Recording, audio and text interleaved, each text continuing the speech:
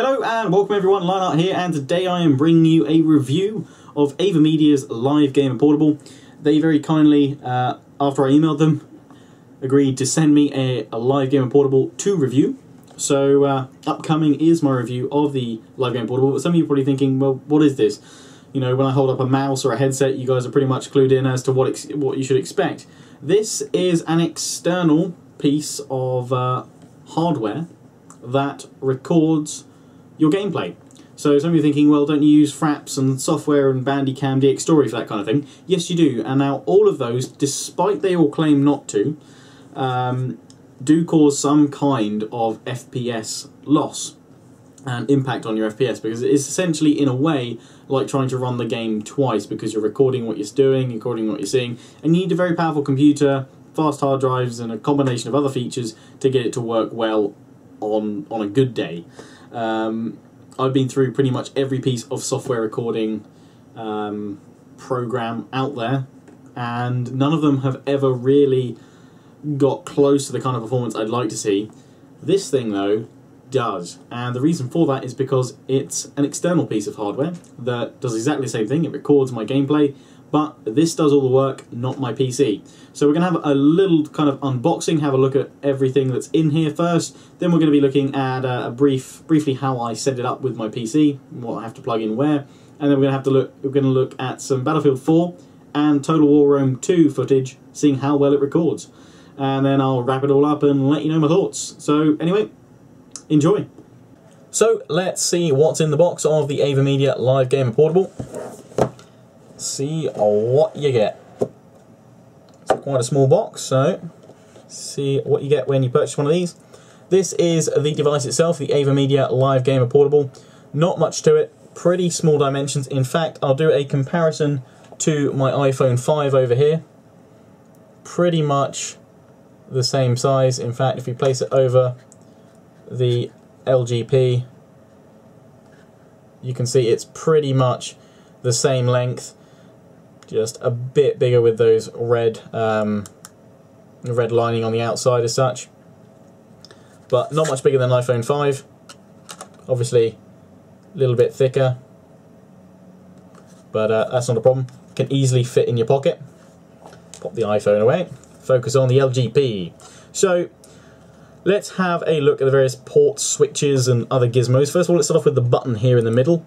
This outer ring is an LED and it will glow blue when your device is ready to use, and when you press it once to start recording, it will glow red and it will start pulsating when it's recording. You press it again and it will stop recording. We'll see that in a moment when I've got it all plugged in, and we will then go on to some gameplay clips. We have a switch on this side, which is a key feature of the LGP, switching between recording to a computer or laptop, or going portable to the extreme to SD card mode. SD cards go in at this end, and it supports, I believe, up to 32 gigabytes of SD storage space. Ideally, you want to be using a Class 10 SD card for the best transfer speeds, certainly nothing lower than that.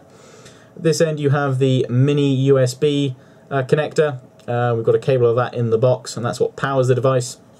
And then at this end, we have audio out and in, HDMI out and in, and AVI in, and that's basically all the various connectors you get to connect up with this device. The HDMI in and out works as a pass-through, so you can see what you're recording, the gameplay at the same time as it's connected up to this device. You plug in via your graphics card into this one and then out to your monitor.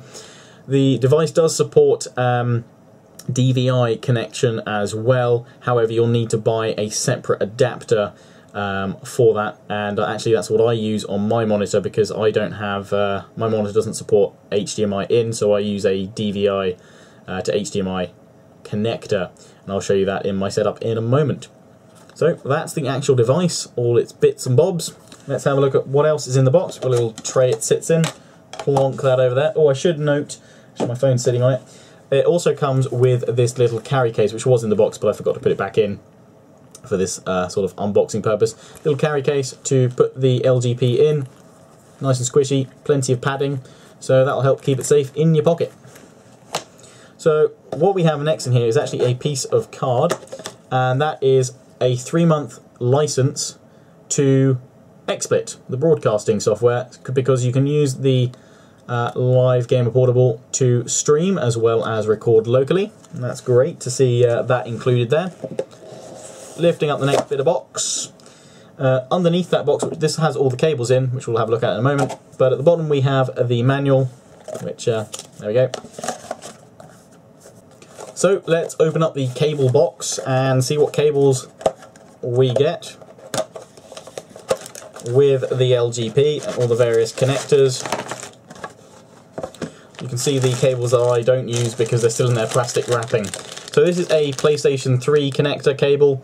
So obviously I don't use it because I record all my commentary and games on PC, but if I went around a friend's house and he's got a PlayStation 3 and we're playing FIFA or something like that and I want to record me doing terribly at FIFA, I can.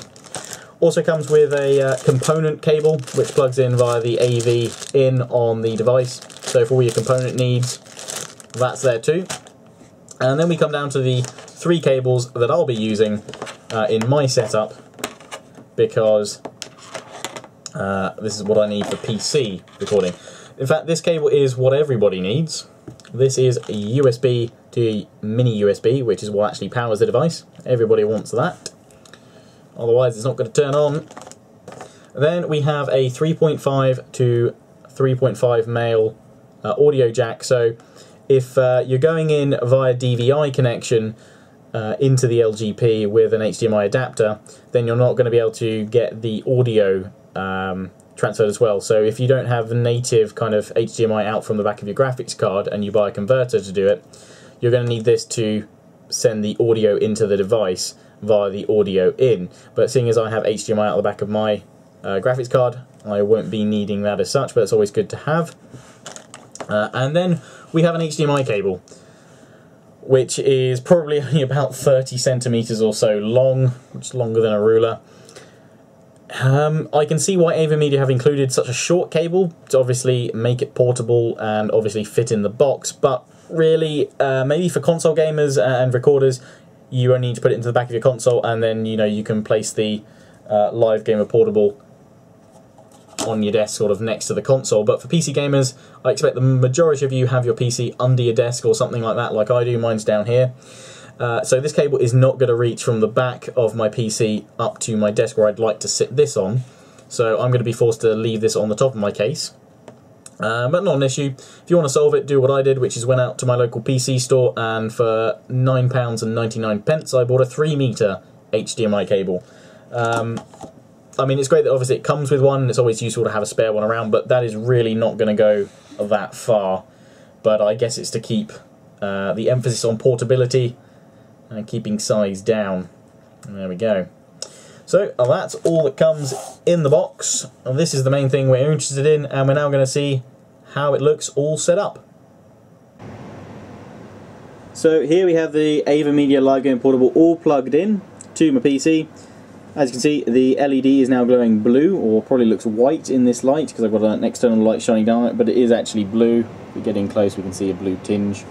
When I press it, it will actually start recording, and it changes to a red, and it pulsates when you're recording. And if I want to stop recording, I can just press the button again. It goes back to blue. It's ready to be used. And it's a very simple system like that. There is some recording software, well, some setup software as such, where you can change all the settings and variables of how you want to record. And I'll show you that after I've thrown up some gameplay footage in a moment. But I'm just going to go through how I've connected up the LGP to my PC. So on the far side over here, we have the HDMI in from my NVIDIA GTX 770 graphics card from the back of my PC. And then, because my monitor doesn't support HDMI, I've got an HDMI to DVI converter, and then I've got my DVI cable plugged into that, so that I can see what's obviously what I'm going to be recording and playing at the same time, and see it out, because it acts as a pass-through. Because the HDMI is coming in, it also brings in audio, which then I'm listening out to through the audio out, so I don't need to use that 3.5mm jack. So obviously you can use that 3.5 in if you want, if your HDMI cable isn't bringing in audio, or for whatever reason, or if you're using a component device that doesn't support audio and video transfer in the same bit of kit. That's what the audio in can be used for. So I've just got my headset plugged into the audio out, so I can hear what's being recorded, and all the game sounds and things like that. I basically hear what my LGP is hearing, and then the other cable of that headset is going down to the back of my PC to plug into my mic port. So I can then record a commentary at the same time if I want. You don't have to. Again, I'll show you all the options for mic recording at the same time. But I think, you know, that's basically it. You've got the mini USB cable going in there to actually power the device. I've got it on PC mode, as we can see down here on the switch. But that is the setup. It takes about, you know, 5 seconds to plug all in. Once it's all plugged in like this, it actually isn't harming my PC to leave it plugged in constantly if I wanted to. And if I was going to record lots of Let's Plays or something like that, I can just leave it there, press the button when I want to record. It starts glowing red. When I want to stop recording, just press it again. You can also set it to a hotkey on your keyboard if you want. Those that are used to software recorders like Fraps or Bandicam or DX Story, you know, F9 is normally the key for that sort of thing, but you can bind it to whatever you want. So now let's have a look at some gameplay footage. I'm going to be showing you some Battlefield 4. Okay, so here we are looking at some Battlefield 4. I've got a Fraps counter up in the top left so you can see my in-game FPS. Using this device to record with, dropped my FPS by like 1 or 2 tops. So that's not a lot. Also, I should say I suck at Battlefield 4, or at least I suck when I'm trying to make some footage just to show you guys the quality, how it looks, and how the live game portable records, basically. But it looked great. It was fantastic to play Battlefield 4 knowing that I was recording and not seeing it all kind of slow down, because when I use Fraps or other software-based recorders, it just really eats my FPS, unfortunately. And I've tried a lot of them. But this was really great to see. You know, I've got FPS at the moment of like 70s, 80s. I think it dips to like 60 top, maybe a little bit into 50, but you know, nothing anywhere near like 40, 30 FPS where we start seeing some slowdown in Battlefield 4. Running up the stairs here, so you can see all the textures running nicely. One thing I did read with some other reviews was that you would see a little bit of screen tearing and things like that when recording games like Battlefield 4 where you're moving around quite quickly. I'm not seeing so much of that, to be honest. There might be the odd bit, but to be honest, it's something I can quite happily live with. And again, just the performance of this device is brilliant. I really can't fault it at all. The only issue I do have with the device at the moment is that USB headsets aren't natively supported. Avermedia apparently are bringing out a fix for that, or an update to try and support them later on. But it does mean that I can't do my live commentaries. But for games like Battlefield 4, I'm not interested in doing live commentaries. It's more my Total War kind of stuff. But anyway, let's have a switch on over to some Total War Rome 2. Sorry this Battlefield 4 wasn't exactly insanely action-packed, but at least you guys got to see me running around. Fired a few shots, killed one person so far, and then died a little bit. But yeah, let's check out a battle on Total War Rome 2.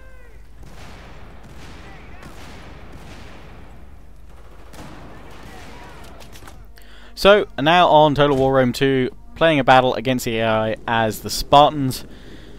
In fact, this is kind of a little sneak peek of what you guys may well see in my next Spartan episode, as you guys that follow that Let's Play on my channel. But anyway, again, got that Fraps FPS counter on the top left, and for those of you that have Rome 2 yourself and try and record it, I think these frames should be a little bit more agreeable in certain aspects. The game itself, I should say, does require further optimization and performance improvement, because the FPS is going to dip far lower than it really should do. But already I'm getting far smoother FPS, far higher FPS using the Avermedia Live Game Portable, because it's not impacting on the game, you know, pretty much at all. In fact, the FPS didn't really dip at all on this. Normally my FPS is cut in half or by at least a third when I use Fraps and other software recording. Again, I'm not really focusing on what I'm doing in this battle, but I'm hopefully going to show you a few different battle angles, zooming in as we clash here, and just keep an eye on that FPS counter if you want. But already this is a great recording. Quality's really nice and smooth. Zoom in on all of these units fighting against the elephants here, and it really doesn't pose much of an impact on the game at all. It looks really nice and fluid, which is what I want to see at 1080p. Flying around the battlefield, nice and smooth. We can enjoy all these guys fighting in pretty smooth combat animations. Get rid of the UI there, and this certainly is not a shameful display of recording prowess. A little bit of tearing there. I don't have VSync enabled, so maybe that would help, sort of thing. but recording at 30 FPS when you're moving, sometimes frames are going to tear a little bit like that. But then I am moving through the men quite quickly. It's not exactly a smooth transition. But if you're holding the camera still in one movement like that, the animations are really nice and smooth. Even though my FPS is dipping, into the high teens, 17, 18 there, the animations are a lot smoother than when you're recording, because it doesn't have the extra processing power needed to record with software isn't there. So, absolutely fantastic. This is not a shameful display product. This is a great product. So, let's get back to the desktop and see the Rec Central software that you can configure to work with the Live Gamer Portable. Okay, so we are now going to have a look at the Avermedia Rec Central software, which controls basically all the options you have with the Live Gamer Portable and other Avermedia products. So as you can see, we've got Avermedia Live Gamer Portable up here, and you have various modes. Bulletin obviously tells you about any updates to the product, capture for localized recording, streaming for streaming services, which this device can also do, and your video folder to see where you've saved or recorded your videos to. So we can go capture. You have 3 modes: amateur, pro, and newbie. Each gives you, various tools. Amateur just lets you run through kind of a nice clean UI, which we'll show in a moment, and pro lets you change all the settings and see all the stuff you're doing. And newbie just lets it set itself up for you, basically, with the best settings that it suggests. Let's have a look at the amateur profile first. So you can load up different profiles once you're in here, and you can see the various options of what you're recording. You could be recording from your current PC, another PC, or from a games console, and as long as you're plugged into your PC, you can set up all these settings here if that's what you want to do. So obviously we want current PC because that's what we're plugged into. Video source is HDMI, so you can see here we have a little preview of what's on screen. We can see my mouse moving around the screen. We can change the video adjustment, which lets us change the colours, kind of the contrast on screen. Leave it on expanded, it's a lot better. Video source, or audio source rather, my apologies there. So we can see HDMI is what I'm capturing through, and that is the audio for in-game sounds, window sounds, things like that. So that's your background sounds essentially. You can actually see the spike of stuff here because that's actually detecting my microphone. I haven't actually enabled my microphone for recording, but it's still picking up that one is selected. So if I want to record my microphone and give a live commentary at the same time, you have the option, and you'll have an option of choosing your mic from the list. You can have it always on, control with hotkeys, or push to talk, and you can even choose to save it as separate MP3 files. Should you wish to do that, and that'll obviously split your microphone and game sounds apart, so you can easily edit those. Again, the game sound, I've actually got it kind of halfway, so you could hear my commentary, or you would be able to hear my commentary over stuff a lot easier. And then finally, video settings, you can change the format you want. Best to leave it on MP4, I've found. Resolution, you can change it for whatever you want, but I leave it at full 1080. And then video bitrate. Now this is what I really like about this device. It's variable from 0.3 megabits per second all the way up to 60. Now the higher you have this bitrate, basically the higher quality, and we can see this. Look at the quality of this image here. If I whack it down to say 7, it becomes slightly blurry and less high quality. If I put it all the way down to the bottom, it's basically terrible. But if we put it all the way back up, it's going to be nice and clear and crisp. Audio bitrate, you can have it at whichever one you want it. I've just got it whacked on the highest. And frame rate. Now frame rate only goes up to 30. Now this device can only record at 30 frames per second, but it does mean that you can actually play at higher FPS. As you saw in my video that I had up of Battlefield 4 and then Total War Rome 2, I had left my fraps counter up on the top left hand corner, so you actually saw my in-game FPS. So what this device allows you to do is play at higher than 30 FPS if your computer can run the game at that FPS and higher sort of thing, but it will just record at 30 FPS but not lock you down to that frame rate at the same time, which is fantastic. It means you can play at far higher frames and it record it down at 30. Now the only issue with 30 frames per second, because there is very little issue with 30 frames per second. Some people might be like, what do you mean 30 frames per second, that's terrible. Actually it makes a lot of sense, because The main idea of this is once you've recorded your videos, you're probably going to upload it to somewhere like YouTube. Now YouTube, once you upload a video, it will have a quick time of processing your video, and when it is processing, it's actually re-encoding your video to 30 frames per second.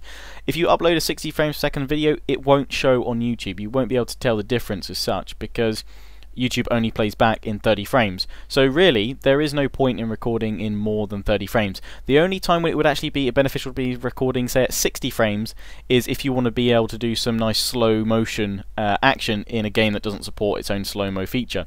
So I've seen people saying that in Battlefield 4 they'd like to have the ability to record at 60 frames per second so that they could then you know, halve that frame rate to give a nice slow motion effect down to 30 frames per second when they're editing or something like that. But that's the only real kind of time when you need to do something like that. To be honest, 30 frames is perfectly acceptable for most games these days.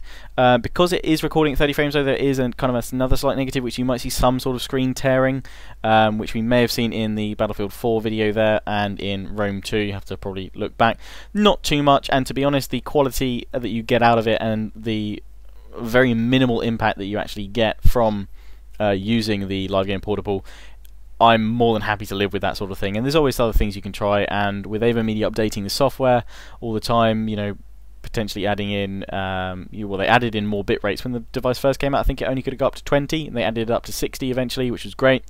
So you know, there may be things that you can do to tweak that anyway, but to be honest, I can't really see any negatives of that. And then you finally got the hotkey set up. As I said, you can set up your start record rather than pressing the button on the device. Don't know why you would really, because pressing that button is quite awesome. It also tells you how much use space you have there. So that is the amateur profile. I'm just going to quickly show you pro, but this basically just lets you run through the options here, and you can change a few little extra bits here. Volume adjustment, that's essentially between your microphone and the in-game sounds. Again, it's just a bit more of a basic feel, but I actually quite like the amateur setup, mainly because of the audio source. You can check that your mic's being received, and you can check that in-game audio is being received, and you can adjust those sliders there. And obviously you can change between audio in and component and what have you. So that's a wrap up of the software there. I'll briefly show you stream. It's pretty much exactly the same because you're just setting up all your settings once more. The only thing that's different is you just have to click this little login button, and then you can choose to log into Twitch TV, Ustream, Nico, which I've never heard of before. You can put in a custom stream address, or it now supports YouTube live streaming as well. So you just put it all in there and set it all up from there, and it streams rather well. You can change the bit rates and things like that. Again, you probably won't be able to want to put it as high. I think on streaming you are restricted as to how high you can go. It's down to 20. To be honest, and this should go the same as capturing. I will show you on the Pro setting. The reason why I have it at 60 is because I like to re-encode my videos, or basically edit my videos in Sony Vegas, putting an intro in, cutting bits out, things like that. If you're in for lots of editing, then you're going to want to record it at the highest bit rate possible, because that's going to mean that the quality will remain as high as possible, so that when you... Because essentially what this device does, it doesn't only record, it also encodes at the same time and renders at the same time. To a file output that you could then essentially upload straight to YouTube if you want to. But I don't want to do that. I want to be able to edit my video, add some effects in, add an intro in, things like that. So I record at 60, which is the highest this device supports.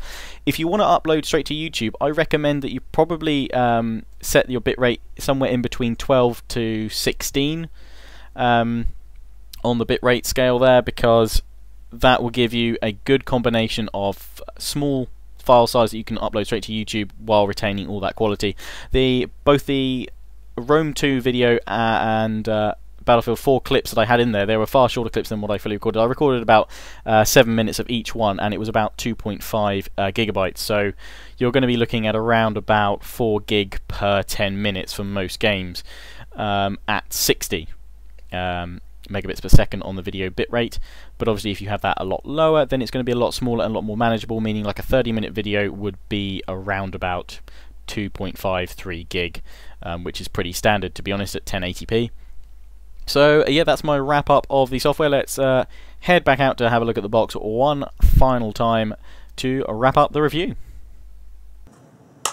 So what do I think of the Avermedia Live Gamer Portable? I think this is a fantastic solution to gamers' needs, in particular PC recorders, because you guys will know enough on my channel how often I complain about my FPS going lower while I'm recording. This really does not affect my FPS at all. It's absolutely fantastic. The fact that it's got a SD card mode that you can easily switch over to and take to your friend's house or a LAN event or something like that. Just record on somebody else, record gameplay from somebody else's PC. You know, if you're just around a friend's house and you're like, oh, that game looks good. Huh, I've got my pocket recorder with me. It's fantastic, and I really can't think of any particular faults with the box itself and with the device. It's a great piece of kit. I would have liked to have seen that HDMI cable that came with it a bit longer. Obviously, I'm sure Avermedia kept it short so that it would essentially kind of build up that portable vibe, the small cables with it, so you don't want to be taking masses of cables everywhere, but a little bit longer wouldn't have hurt much. Other than that, I would have liked to have seen USB headset support for this device through the Rec Central software. Avermedia have actually said that they are working on a driver and software update to enable USB headsets to be used. There is a workaround that you can use if you have a stereo mix on your sound card, but if you don't, then you may need to wait until Avermedia update the Rec Central software. But bar that, I really can't fault it. Now, I'm not going to give it a score because I have nothing to score it against as such. I guess actually I lie. I do have my software to compare it to, so I will give it a little score out of that. But in terms of other software, hardware recorders, I should say, hopefully in the next few weeks I am talking to several other of Avermedia's competition to see what they have on offer and to see whether they can step up and beat this device as such. So hopefully I'll be able to bring you some reviews of those products, and when I do, I'll come back and give this guy a score out of 10, so that I can let you know, how it compares to the competition and how it rates. But in terms of this compared to my software, obviously this is a lot more expensive. Prices are on Amazon in the description. I mean, it's not insanely expensive, but for a piece of kit that does all your recording needs and encoding at the same time and offers you all those options, I think it's definitely worth the money, especially for PC gamers. You won't be suffering any FPS loss with this. So compared to my software, it's a 10 out of 10. Compared to something like Fraps, which Fraps is very simple to use, very clean interface, this is great. The fact that you can record with touch of a single button or a hotkey or whatever you want to do. You can have a microphone for live recording if you want, USB to be supported later hopefully. So yeah, in terms of the fact that this has pretty much no impact on your FPS, it blows my software recorders out of the water. So if you're prepared to invest the extra money, and you're looking to get into YouTube, or you are an existing YouTuber and you want to basically streamline your process and just get better performance, it's time to start saving and invest in one of these. Live Gamer Portable, take it wherever you want, any conventions or LAN events. It's brilliant. Can't recommend it enough. So I'd like to say a massive thank you to Avermedia for sending me this product. I'd also like to say a massive thank you to the tech support at Avermedia, because I don't know if you guys remember, but a while back I actually made a video when I pretty much first received this back in December, because for whatever reason my microphone on my PC was not being detected in the software that came with this. Turns out I needed to do a fresh install. I had a bad registry file somewhere which was preventing the software working properly, so it wasn't anything to do with Avermedia, but the guys over at the Avermedia tech support, they spent hours and days trying to solve the issue, and they worked really hard to actually, prevent me from having to reinstall all my files and stuff like that. But it was, I've got to say, yeah, just again, great job to those guys. Really appreciate the support they gave, and it's nice to see good technical support in this day and age when there are so many bad experiences with tech support. This was really good. So great customer service there.